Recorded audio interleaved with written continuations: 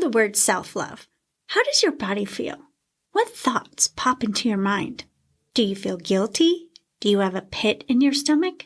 Maybe you have a burning light in your heart that feels really good. Welcome to February, my friend. I like to think of it as a month of self-love. So I'm going to help you define self-love for yourself and have fun for the rest of the month practicing self-love.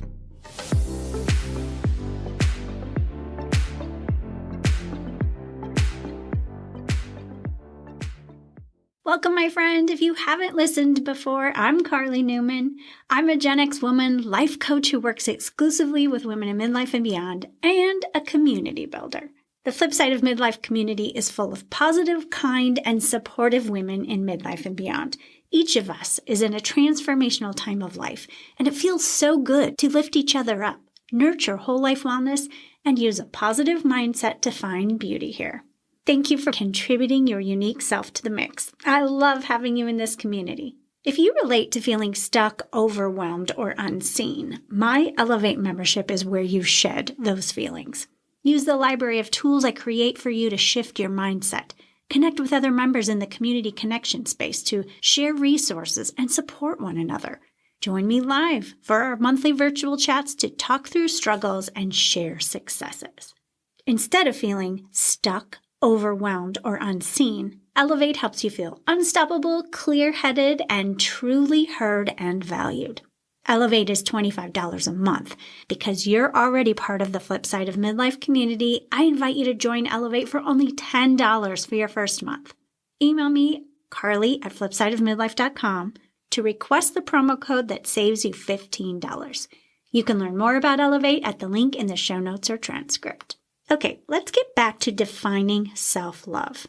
Let me tell you how Merriam-Webster defines self-love. That might inspire your own definition.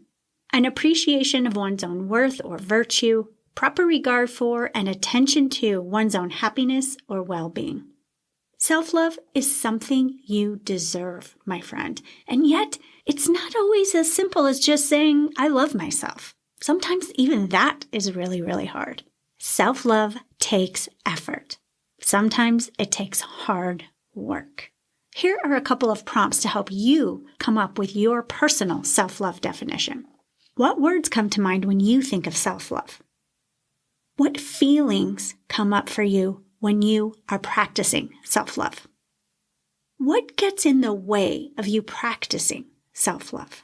Knowing the blocks that you have might help you think of the opposite of those things to define self-love for yourself. The only definition of self-love you need, my friend, is your own.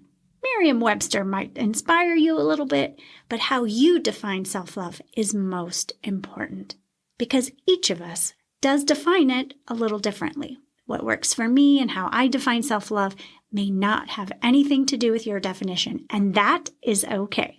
So once you have this self-love definition figured out, I invite you to do a little self-assessment. Where are you in your self-love practice? Here are 5 questions. When you make a mistake, do you treat yourself with the same kindness you'd show a friend? Do you prioritize rest and joy without feeling guilty?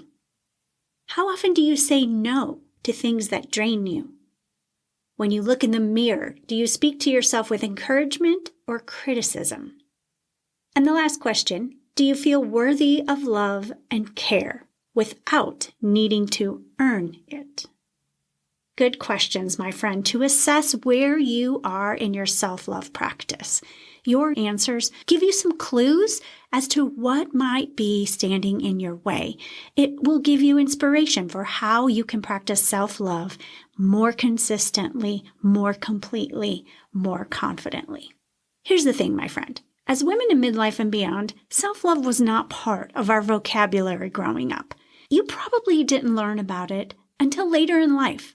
That's my experience. And in some of the events that I host and talk about this topic, other women say the same thing. But here's the beauty in that. No matter if you are a complete beginner and this is all new to you, or you're someone who already has an established self-love practice, there's always room to grow. There's always things to learn. And Self-love is not a race, my friend. There is no finish line. And I actually love to know that there is always something else I can do to practice self-love. When you have an open mind to learning new things and to trying new things and stepping out of your comfort zone, you are growing, you are expanding. Life gets sweeter and sweeter. As you practice self-love on a consistent basis, you're going to feel greater satisfaction with life. You're going to feel more confident. You're going to feel more comfortable in your body and in yourself.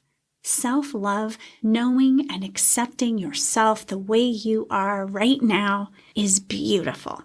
Just a quick recap here, my friend, before I wrap up this episode.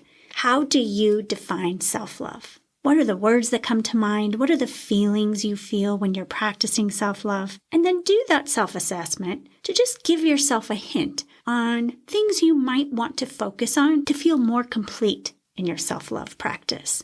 And then, of course, my friend, I encourage you to practice self-love every single day in the month of February. Think of the things you can do in 5 minutes or less. Think of the things you can do in 15 minutes or less, a half hour or an hour or less. And then think of some big stuff too, and then put those onto your calendar. Time, getting too busy, overwhelm, those are some common roadblocks to practicing self-love. So if you get it on your calendar and you commit and honor your commitment to yourself to practice self-love, it'll happen. Think of where you can be 30 days from now as you're practicing self-love consistently. I love this topic, my friend, and I would love to hear your thoughts about this episode. Please leave a comment or send me an email, Karli@flipsideofmidlife.com. As always, I'm here cheering you on as you travel through midlife and beyond. I'll be back next Wednesday with another episode of Flipside of Midlife. Until then, enjoy practicing self-love.